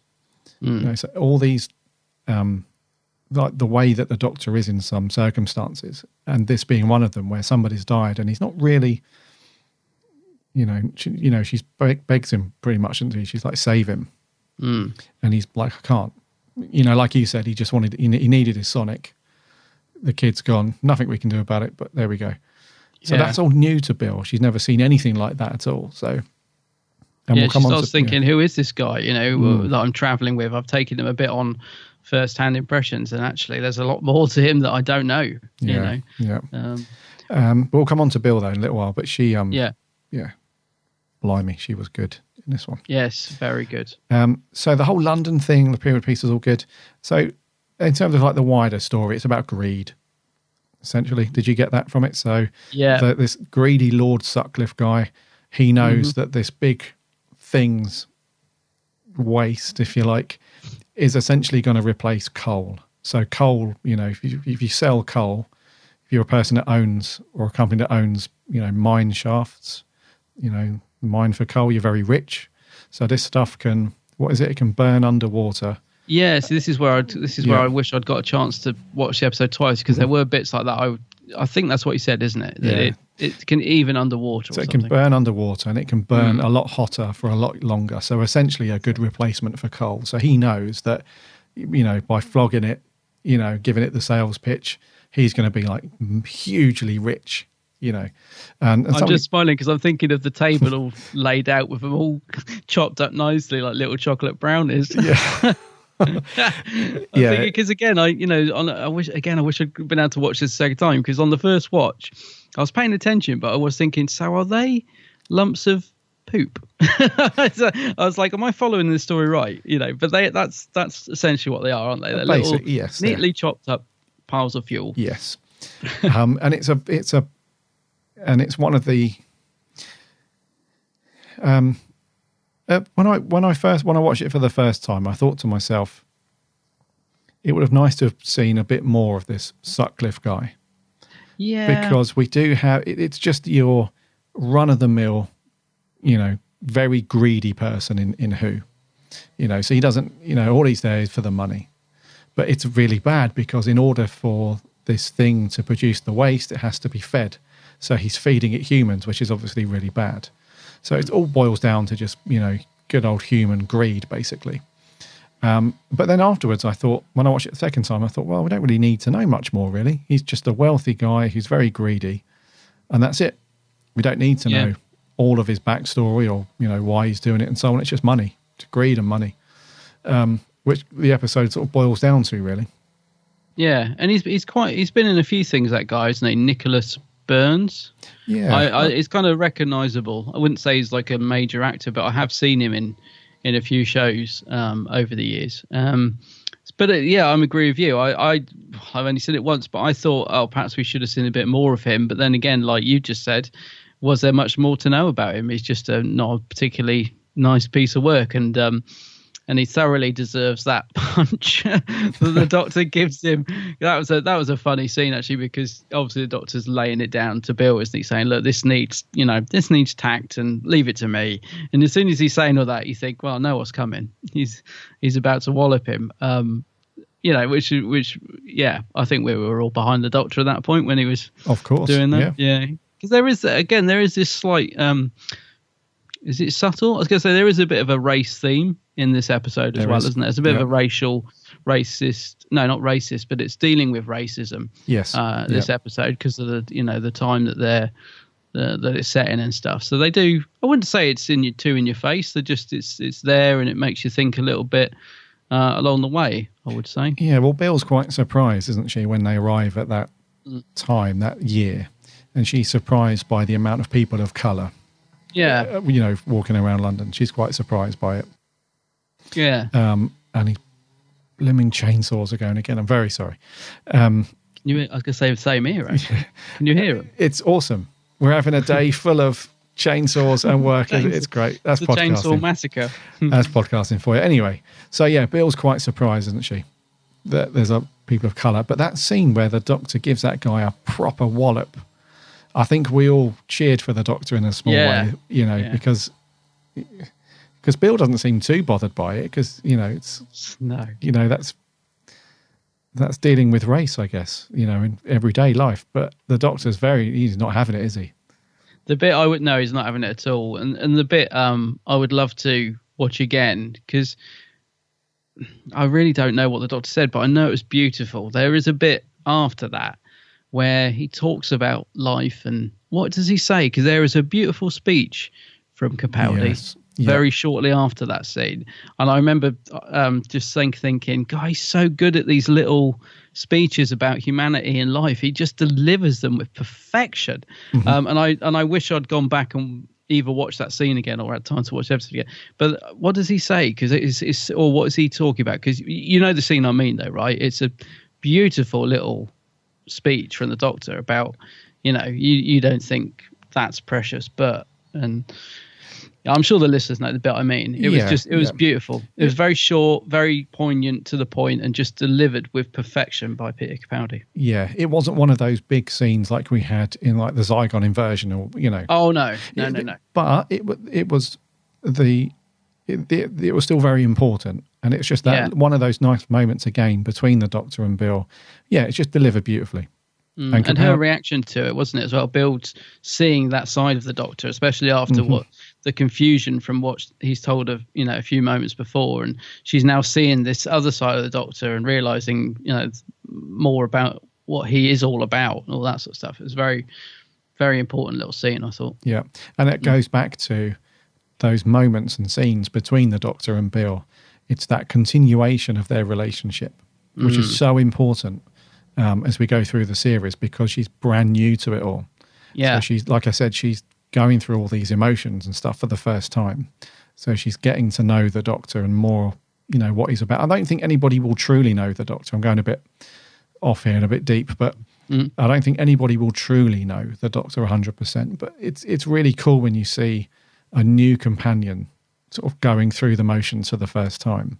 And those little scenes are key, really, because otherwise it's difficult to relate if you just sort of go through it, paint by numbers. Yay, time machine, go here, go there, adventure, go home. Yeah. It's difficult to relate to that sometimes. But when you have those nice little scenes where you think, actually, I would need to hear that from the Doctor if I was in that position, or I would react that way. So, yeah. Very nice little scene. Let's talk about some characters. So the supporting cast then. So let's talk about the kids. Like you said, not bad acting. No, it was all right. Guys. Yeah. Didn't stand out as terrible. Oh, yeah. Didn't stand out as terrible. That's a nice way of saying they were okay. Yeah, no, they were. I think they did the job. Let's put it that way. They weren't the best. They certainly weren't the worst. They just were fine. Yeah, they didn't stand out like a sore thumb like some have in episodes. Let's put it that way. What was that? I always forget there's no surprise to anyone, but I always forget the name of the episode where those two kids were in it. It was a Cybermen. Oh, it was the Nightmare in Silver. Nightmare in Silver. Oh dear, oh dear. It was definitely not that level of annoyingly bad. Archie and what were they called? I can't even remember. God, one day, we haven't reviewed that. Well, we've got that to come. One day. Yay. They were dreadful. They were awful. So it wasn't that. It was quite. They were likable. Let's put it that way. They might have been Yeah. the best actors, but they were certainly likable. They weren't bratty, and like when the poor old Spider dies, you did feel a bit sorry for him, even though he was a little tinkering thief nicking the old Sonic there. Little tinker. Yeah. Yeah. So I thought, like you said, they were quite likable, and the girl that's, I guess, is sort of looking after him a little bit. Kitty, her name was. Kitty, yeah. She had a nice couple of scenes with Bill. Yes, so actually, I really like the scenes with her and Bill. Yeah, so she was quite cool. And then the poor little lad, Spider, meets his untimely demise as he gets swallowed up into the ice. That scene was actually quite bad. Yeah, it is. Yeah, it's quite dark. It was quite dark, but it was quite. Oh, I don't want to say it was quite good though, in a way. I know that's what I was trying to say earlier. It's like, it's like, I don't want poor little Spider to die, but yeah, it was quite good that they did actually have the, what to actually do it and not say, oh, it's okay, he's all right, really. It's just in the fish's belly, he's fine. Or I thought he was going to use the Sonic somehow, and I don't know. I just thought he was going to come back, and he didn't. And I just thought, okay, it's a brave move. I like it. And then the other little kids, they had little lines, didn't they, here and there, but yeah, they were okay. They were right. Yeah, acceptable child acting in Doctor Who. Yeah. And then we had before we got on to Lord Sutcliffe, we had his two minions, didn't we? We had his two thugs. Which those guys. Yeah, I forgot about them. They sort of rough handle the Doctor and Bill for a little while and tie him up and so on. But they also played into the hands of like the evil, wealthy person not getting his hands dirty, literally. So when they're trying to track down who's kidnapping the kids to feed to the big fish, if you like, the only thing that they can sort of describe is someone with a tattoo of a ship on their hand. That's right. And it turns out to be this guy, doesn't it? These two goons employed by Mr. Sutcliffe. What was the that's just made me think, actually. I didn't, because I didn't get to really watch it properly again, but what were the little fish? What was the relevance of them? What were they to do with the big fish? Well, they were they like looking after it or something? I can't remember what he says now. Well, because that guy's catching them at one point, isn't he? Yes, and he's not supposed to be. That's it. Yeah, I think they were there to sort of swallow people down through the ice.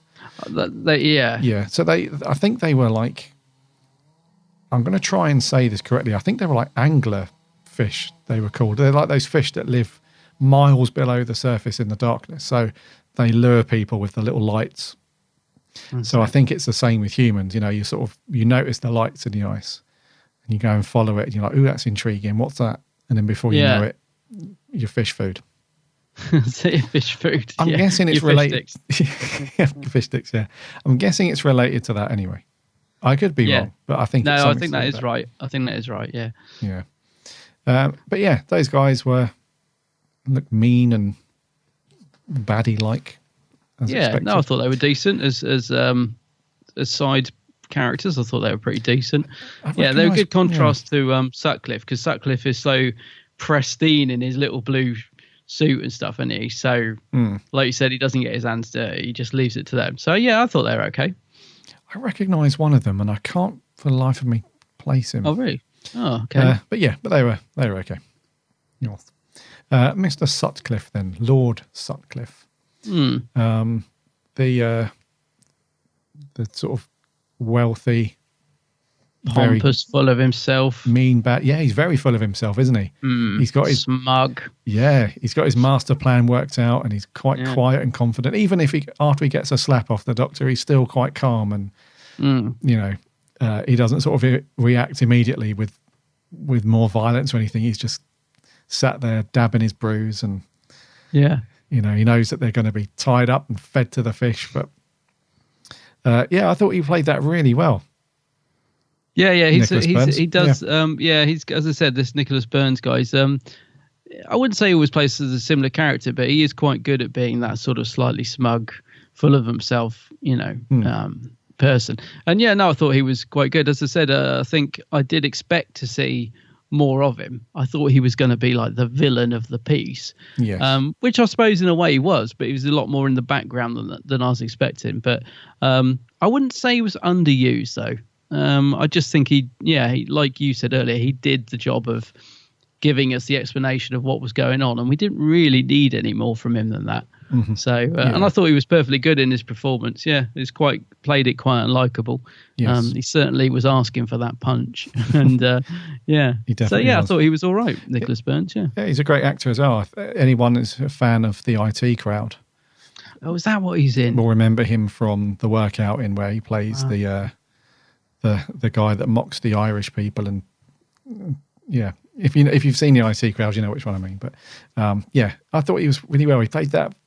It's always something a bit more unsettling about a bad guy who plays it very calm and is not sort of in your face, meanie and all that stuff. He's like the guy he's like the money guy, who's paying everyone else to do the dirty work sort of thing, and he's it's quite unsettling. Yeah. A bit more effective as an evil bad guy when you're calm and collective, like a Bond villain. I was going to say, because he's not out and out evil, is he? He's just selfishly motivated by money and greed. Yes. Which is quite unsettling. He's just got that face. I mean, as I said, as soon as I saw him, I was like, I've seen him in things, but I could never tell you his name. I think he might be in like Benidorm or something like that. He does pop up in shows like that, doesn't he? Yeah. As an actor, not the character. So no, he was all right. I thought he was quite good actually. Nardole, again, beginning and end. Oh, I liked him in it. I liked it, especially the scene with the vault. Oh yes, where it got the knock in, because I was like 3 knocks, 3 knocks, and then 4 knocks at the end. I was like, aha. It's not the master though. It's too obvious. Surely. I don't know. 4 knocks at the end though, just before the music cut in. I was like, is that a little hint? Yes. Well, I think everybody thought that. Yeah.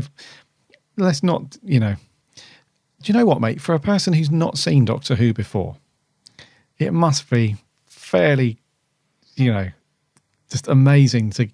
If you've never seen it and you've jumped on now in Series 10, it must be like, what? Because we're as long-term fans, I suppose, we're like, it might be the Master, it might be this, and the 4 knocks. New watchers they have no clue what all that means.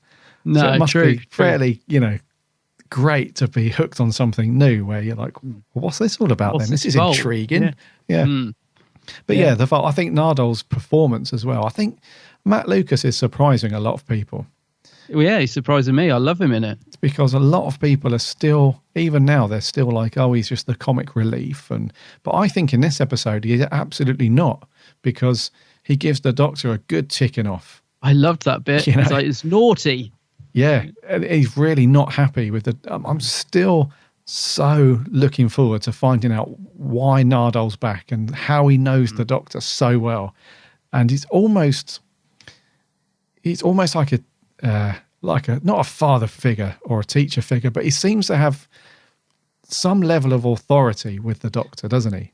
He does, because the Doctor's sort of looking down. He's like, oh, whatever. It's a bit like because last week I said about I couldn't hear what he calls Nardole under his breath, and a lot of listeners told us he actually says, oh, here's Mum. So the Doctor called him Mum. Yeah. I think just in a metaphorical, again, as if like he's keeping the Doctor in check. Yes. Look out, his mum coming in to slap me down again. Mm-hmm. So I think I just love the way that the Capaldi interacts with Nardole. Mm-hmm. It's just funny, but it's also interesting, like you said, what is going on there? Why has he got this slightly superiority? Is that a word? Superiority over the Doctor in terms of telling him he's not allowed to do that. And I guess it's gonna tie in with whoever made him swear to stay on Earth, isn't it? Because he keeps saying, you promised, and why does he care if the Doctor keeps that promise? So yeah, it's funny. I like their interaction relationship. Yeah, and it's good that in a way it's good that he's in it just at the beginning, at the end, because he's there really just to remind us of this larger story arc, which I know has been dangerous before with them off doing this, but it is quite subtle at the moment. It's only it's only literally like 2 or 3 minutes of screen time with Nardole saying, like, remember your oath and so on. So we still don't know what oath or promise the Doctor's made. So that's interesting. And obviously the vault. And we have the knock-in and Nardole's. I'm not sure if it's the Master or not, because, well, I don't know. It could be because Nardole is physically scared, and quite perturbed, isn't he, about what could be in the vault, because he obviously knows. Yeah. He obviously knows. And he's quite terrified when he hears the banging from the inside.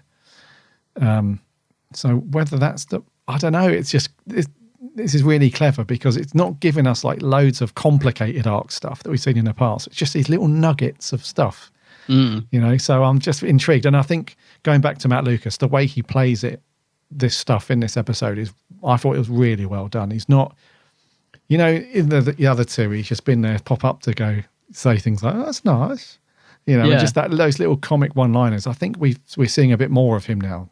So we're going beyond just the, you know, the little comic relief stuff.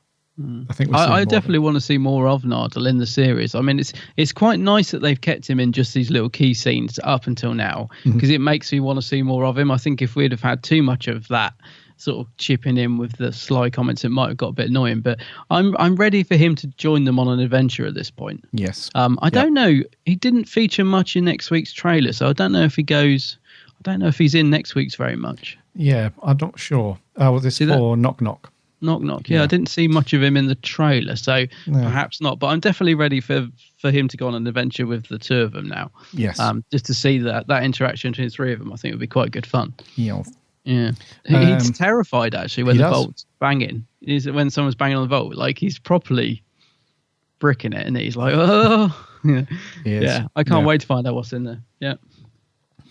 Bill, then. Bill. Smashing it. She is absolutely continuing to shine. I love her as the companion. She's great. I think this is the first time we've seen her in that upset, not distraught, but sort of really upset, slightly confused as to the Doctor's reaction to things. I think in the first couple of episodes, she's been very upbeat and quite lively, even when things aren't sort of going her way. She's not broken down or she's burst into tears or anything like that. I think this is the first time we've seen her really upset and really thinking, you know, like, who is this person really that I'm traveling with, and who is, you know, what's the consequence of this, you know, because she does make this, they do play on the whole time travel thing, don't they? And the butterfly, you know. The butterfly bit at the start, you know, I think that's an homage to something, isn't it? If a butterfly flaps its wings in Central Park, then 1,000 years later, the effects will be felt somewhere. So it sort of plays on that a little bit, you know, and she's thinking about that. So, and she's probably thinking, you know, what else is going to happen? Because obviously a young lad's already died, you know, what's all going on. So, but the way that she played that, and there's that funny bit as well. And some people have been divided on this. Some people like it. Some people thought it was out of place, really. But when they question that guy in the shipping yard where they're cutting up all the poop, and the Doctor sort of flashes this psychic paper and he's crushing that guy, and you know, they're really winding him up, aren't they? He doesn't know it, but you know, bigging his ego up, and he's loving it, so he's spilling all the beans. And he's explaining about this poop and what it does, and then the last bit where he says it even burns underwater, and Bill's like, no shit, and then it cuts, you know, no shit. You know, and then it cuts to, you know, the next scene. I thought it was really funny. I don't know about you, mate. No, I did. Yeah, I thought it was like you said, again, the editing spot on, and it just, you know, it was, I thought it was good. It was fun. It was fun. And that's another... That's the sort of thing we might say, isn't it? Well, you know, yeah. Yeah, before I edit it out. Or put a bleep over it, whatever. But no, I thought that was a good range from her as well. Considering some of the things that you mentioned about her in the pilot as well, that she's quite inexperienced with TV work. Yeah. Not spent much time in front of the camera, but you wouldn't know it. Again, you would think that she's a seasoned actor, because we have like funny, we have happy, we have determination, we have real, you know, being quite upset. You know, we have a good range from her in this. She's very natural, isn't she? She's very natural in her expressions, which surprises me, because she's come from the theatre, and you tend to exaggerate all your facial expressions in the theatre, obviously, because you're on stage and you've got to get it across to the audience. So it surprises me how subtle she is in terms of her performance, because she is very natural. Like, her reactions, it's as if she's really immersed herself in the parts, as if she just seems to genuinely believe everything that's going on around her. Like, her performance is very natural. And I, like you said, I thought Capaldi is a very good actor, and you've got to step up to the plate if you're going to play opposite someone like that. And she's really done that. She's really, she's really sort of on the level with him when it comes to scenes that require a good standard of acting. She's right up there with him. Especially that scene we were talking about earlier. So for me, she's just she's becoming a great companion, really likable, and she, is one of the main reasons that I'm just loving this series. I wouldn't say she's carrying it, because that's, there's a lot else in there I like, but she's definitely a major part of why I can't wait now for each week. I keep thinking, yes, Doctor Who's on this Saturday, and I'm really looking forward to seeing the Doctor and Bill again. That's what it is, isn't it? It's I can't wait to see those two together again. And whereas with Clara, I don't think I ever really felt like that. I never sort of thought, I'm looking forward to seeing the Doctor and Clara on an adventure this week. I genuinely never felt that much affection for the two of them together. Whereas these two, I really do. I look forward to seeing them every week to see, where they're going to go, what they're going to do. Yeah. So, and that's a big part of that. It's down to her. Yeah. No, I think any of the concerns or worries we had have fizzled away. She's great. Capaldi. Brilliant. Yeah. Just great as usual. He's just excellent. As I said, that little scene, that little speech was just beautiful that he delivered. And he's working so well with Pearl. Also, there was a little scene one there where he's trying to be down with the kids. I thought that was quite funny, because not because of what he was saying, but the fact that he actually thought he was being so cool. It was just this almost like smug little waddle of the head of, they think I'm really cool. And we're all thinking, no, they don't. They don't even know what you're on about. Little scenes like that. He's loving Capaldi's Doctor at the moment. Really, really loving him. And again, a big part of that is the interaction with Pearl. I just think they work great together. They're a good team. Yes, it's hard to it's kind of hard to review Capaldi, because we just end up saying similar things when he's on form, or more accurately when he's been written well. Yes, and that is that he's just great and fantastic, and it's hard to find critique when someone's just really, really settled in now. It's plain to see, isn't it, that in this series so far, he's just really found his Doctor and how he wants to play it. And the fact that it's helped along with the interactions with Bill, like you say, it's just so great to watch. And you do look forward to it. He 100% feels like the Doctor to me now. That might sound a bit strange, but he just absolutely feels like the Doctor. There is no, so far, I think you'd agree with me, that the writing for him has been good. It's been pretty consistent. He has his little moments when he's a bit spiky, a bit First Doctor-ish. He has some nice humorous moments. He has the sort of cold-hearted emotion, the alien in him. And I don't know, he seems a lot more consistent so far this series. And I just keep thinking he is the Doctor. He really has encompassed that part now. Just don't want him to go. But I'm not going to keep saying that, but I keep thinking it. I just keep thinking it every episode, but I mustn't keep saying it. But no, I do. It's just when he was trottling down the stairs off on his adventures, I was thinking, I love this Doctor. I'm loving him. But don't want to keep saying the same thing. But let's enjoy him while he's here. Yeah. All right. Anything you want to mention? Oh, Murray Gold's music. I thought Murray Gold's music, just very quickly, very light. No huge big themes apart from the the normal thing when we get into some running. But otherwise, quite subtle actually. No big fanfare, no big theme. It was quite suited to this. Yeah, I liked his music.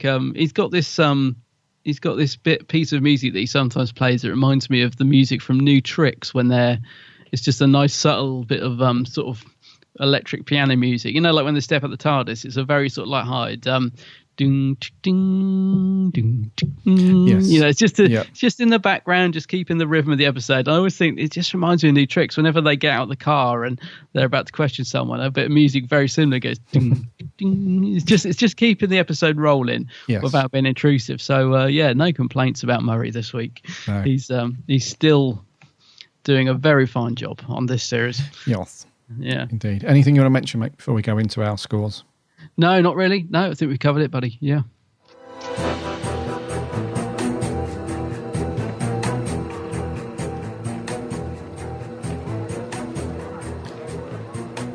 I can't remember whose turn it is to go first. I think it's me. Yeah, let's go with that then. I'm not sure. I'm going to put this on par with the pilot, because I really enjoyed the pilot. I think I gave Smile 7, didn't I? So I'm going to go up again slightly. Yeah. It's not quite an 8 for me. I'm not sure why, but 7.5, and that is a very strong 7.5. Yes. I thoroughly enjoyed it. It's on par with the pilot. So, yeah, 7.5 for me. We're playing Snap once more. Are we? Oh, yes. I thought you might go for an 8. No, 7.5. I think it's. I think it is better. It is better than Smile, marginally, but I would say it's pretty much on par with the pilot. I think it's just great storytelling. Yes, just great stuff. Yeah, very, very enjoyable to watch. Yeah, Indeed. But it just was quite light. I mean, I can't quite go to an 8 because I consider an 8 to be something very. I don't know. Just has to have that extra something to be an 8. And it's not quite up there with it, but it was a very good episode, I thought. Yeah. No, I agree. Yeah. What did our listeners think? Let's kick off with a couple of audio reviews. This is Joe Sweeney. Hello again, Adam. Hope you guys are well. They're nice. Wow. I can honestly say I very much enjoyed this episode. It's much more better than last week. The story was dark in detail, and there were some scary moments, and I liked the beast underneath the Thames. It was very well thought of, and I loved the Doctor and Bill and how their relationship deepened, and how it got put to the test, and also and Bill finally realizing what the Doctor's life really is and what she's letting herself in for. And I liked how Bill was asking the Doctor questions like, has he killed anyone? And the Doctor was being so cold and heartless towards her after their boy got dragged under the ice. And that sums up Capaldi's Doctor without a shadow of a doubt. And there's a perfect balance in the series. He's dark and light-hearted, all mixed in together, and for me, it's worked. So I really hope more of it keeps this up. Capaldi and Pearl their performance was brilliant, and I thought the Doctor punching Lord so and so, can't remember his name, felt a bit out of place, and that's a bit undoctorish. So overall, brilliant episode. So I'll give a score of 8.5 out of 10. Lovely. Thank you, Joe. I suppose, I don't know. See, I can see Capaldi's Doctor doing it. I know what he means about being a bit undoctorish, but I don't know. Because 12, or can we call him 12? Because Capaldi's Doctor's got that spark. It didn't really feel that out of place to me, but I know what Joe means. Yeah. Over on Twitter, Ollie Tanner says, awesome. Once again, great chemistry between the Doc and Bill, and a fantastic story, 9 out of 10. Yes. Etchy, Twitter name @Etchy says, great podcast, guys. Loving the series myself so far. This TARDIS crew might not be enough for one series, though. Yeah, I feel the same. Yeah, having said that, I'm looking forward to Chibnall and what he has to offer, plus new merch. Yes, indeed. Let's have a look. Martin Wilf says 3 for 3. Oh, he's liking it. Good. Liking it, over on Facebook, Joseph Howarth says, really enjoyed this one. Capaldi's brilliant as always. Not much to say other than that. Great story, 8.5. Wow, yeah, good. Another audio clip. This is Owen Daly. Hello, Gary and Adam. Hope you're both well and enjoying the show this week. So, Thin Ice, by far my favourite episode of the series. I really enjoyed it. It was just stripped back Doctor Who on an adventure, which is something that I think really works for Doctor Who. It's just fun, easy to watch entertainment. Sarah Dollett's first script, Face Raven, I think that was my favourite of Series 9. I thought it was fantastic. And I was a bit worried that this wouldn't live up to my expectations, but I was wrong. She just delivered a fast-paced, action-thrilled Doctor Who story, which I really enjoyed. Although the monster, well, it wasn't really the monster, the big fish, I don't think it was developed too well, and I thought the explanation was a bit rushed. I still really liked it, and visually it looked really well. And the true monster of this episode was the guy in the blue suit, don't know what his name is, and he was truly fantastically written, and I think I got one of the 12th Doctor's standout moments where he literally stands up to racism and punches him in the face, and I thought that was so impactful and amazing. and something only Doctor Who can do. And I think that was definitely my highlight of this episode. And finally, I just want to talk about the part where Bill goes, no shit, and then she just doesn't finish her words. I thought that was quite funny. Now, it doesn't seem too fitting in Doctor Who, but I still thought it was quite funny, and I did laugh at it. And it's something it was just a good bit of funny bits in this episode. So overall, I did really enjoy this, and I will give it an 8 out of 10. Definitely the strongest of the series so far. Thanks for listening, and enjoy the rest of the show. Nice one, Owen. Yes, thank you very much. Let's keep the audio train going. This is Loopy Loo. Yes, yes, yes! 3 cracking episodes in a row, and I think this might be the best one yet. Some really great Dr. Bill moments. Hurrah for the Doctor punching racists! And people are mentioning Pertwee and his Venusian Aikido with relation to that, but I thought the 6th Doctor was a lot more fisticuffs. Anyway, the point being is that it is something the Doctor would do. Not often, but he would. And I'm so glad he did. It was very fitting. Great story, great cast, great production, just perfect Who. I am just so happy. 10 out of 10. Oh, and aside, I am so friggin' excited for David Suchet this week. Woohoo! Loopy Loo loving Series 10 so far. Yeah, and the 6th Doctor would have had him on the floor, strangling him, I think. Yeah, and a headlock and everything. Yeah. Right, back on Facebook, Miles McKenzie. I'm surprised Sarah Dollard is not the next head writer. Even better than Face the Raven, strong story. Capaldi is great as always. Love the episode and hope that Sarah writes more for Who. 9.5. Yes, I'd like to see her write more. Jake Birtwhistle says, high expectations going to this one because of Sarah Dollard's last episode, Face the Raven, and it didn't disappoint. Loved it. Again, he says, really like Sarah Dollard to write for Who again. 8.5. Cool. Sammy Satine, my fellow Aussie and Donna fan Sarah Dollard has done it again. Beautiful piece of Doctor Who that comes remarkably close to perfection like Face the Raven. Also, yay, an elephant. She gives it 8 out of 10. Rob Kernick, very enjoyable episode, well-balanced story and characters. Pacing was a bit odd, but nicely put together. Also, there are some similarities to The Beast Below from the 11th Doctor era. Didn't quite match up to Smile or the pilot, but we'll give it 7. Okay, cool. Lewis Palmer, really enjoyed it. Adore Bill and the Doctor. Some nice moments. Overall, pretty darn good, 7.5. Callum Granger, I love Bill in this episode. Now that she's realised travelling with the Doctor isn't a game. And I love how it touched on that subject of slavery and racism. The funniest moment of the episode was when Bill said no SH but got cut off. 9 out of 10.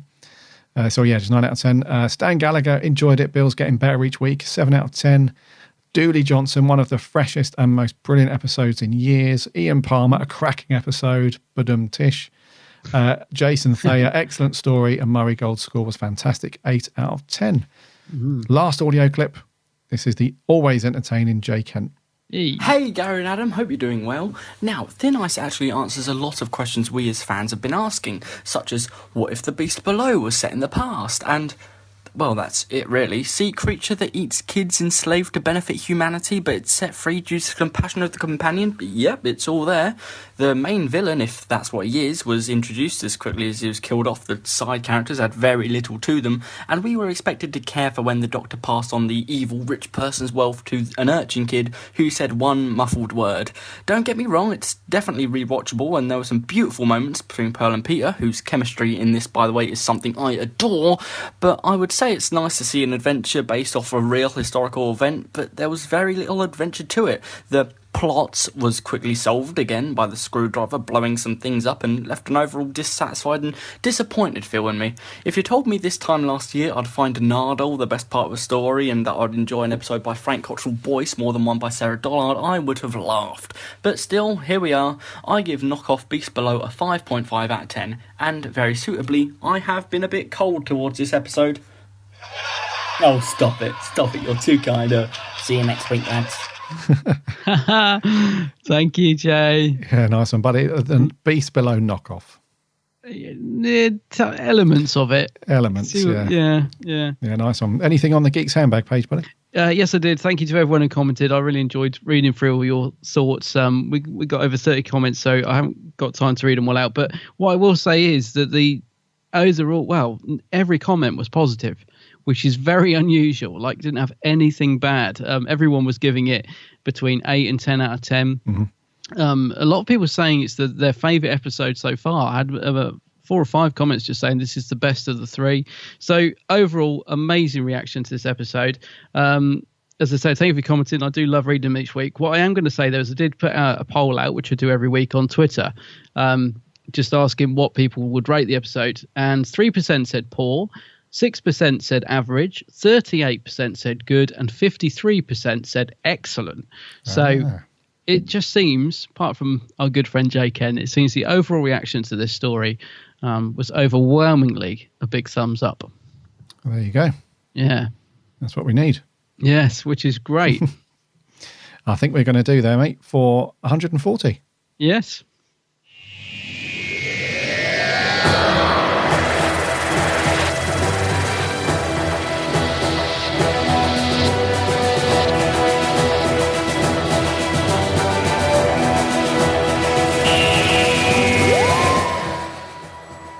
Thank you for sticking with us for episode 140. It's been awesome.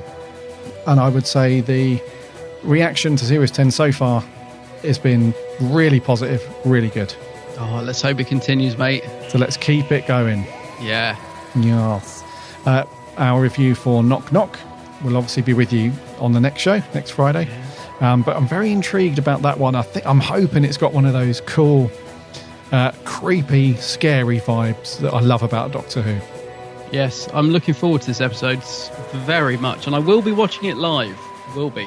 Oh, you're not away anywhere. You're not, swanning off to. I'm not swanning off to Vegas, somewhere in Europe. No. No. Have they filmed Doctor Who in Vegas? No, I'm not going there. What will happen is you'll have a power cut, mate, like 30 seconds before it's meant to go on. Imagine, yeah. So, some things just, you're doomed not to watch Who live. Also, it will be really interesting to hear your thoughts on this special audio mix, this binaural version that goes out on iPlayer at 10 past 8. So we'll be asking for your thoughts on that if you check it out as well. But anyway, head over to the website, www.bigblueboxpodcast.co.uk. You can listen to all of our episodes on there. Plus, you can link off to all the social stuff, and it's got links to iTunes and all that stuff. And if you are an iTunes listener, if you give us a rating and review, that would be fantastic. And we did have a few new ratings and reviews come through in the last few days, and they're really nice. So thank you so much for that. It helps us out loads. Remember to check out Adam's channel, The Geek's Handbag. Just do a search for The Geek's Handbag on YouTube and Twitter and Facebook and everything. You'll find Adam's stuff on there. Great videos from Adam. Really entertaining. It's just... And I've just thrown something across my desk. It's really cool just to lose yourself for an hour watching all of Adam's vids. It's very, very cool. The next one coming up will be your hurried, busy review of locations in Paris, right? City of Death locations. Yes. Yeah, I'm not going to rush it. I don't know when it'll be out because I want it to be perfect. But yep, that'll be the next vid. Yeah. Cool. Rightio. Enjoy Knock Knock on Saturday. We will see you next week. Until then, my name's Gary. My name's Adam. And remember...